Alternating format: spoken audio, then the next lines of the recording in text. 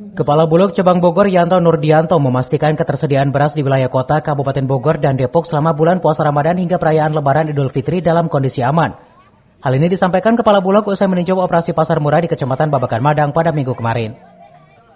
Menurutnya, stok beras di gudang untuk wilayah Bogor dan sekitarnya selama bulan Ramadan hingga Lebaran Idul Fitri nanti masih ada sekitar 2.000 ton dan akhir bulan Maret sekarang akan kembali penambahan beras sebanyak 5.500 ton yang disimpan di gudang Bulog Dramaga.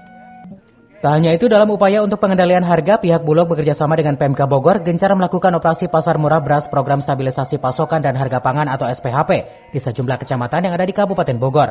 Beras berukuran 5 kg tersebut dijual dengan harga Rp53.000.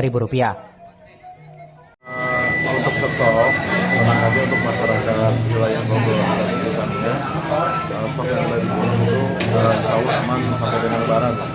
Kurang lebih stok pada saat ini ada 2.000 ton dan akan ada penambahan lagi di bulan Maret itu masuk ke gudang dermaga itu kurang lebih 5.500. Jadi kurang lebih stok di akhir Maret itu 7.000 ton. Untuk dermaga ada 3 kabupaten kota.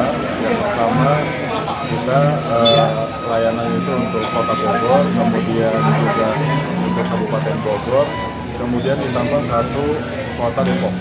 Jadi artinya sampai Lebaran ini untuk stok beras sendiri aman Pak ya? Insya Allah aman. Insya Allah. Yanto berharap ketersediaan stok beras selama bulan Ramadan hingga Lebaran nanti untuk masyarakat tidak akan mengalami kekurangan.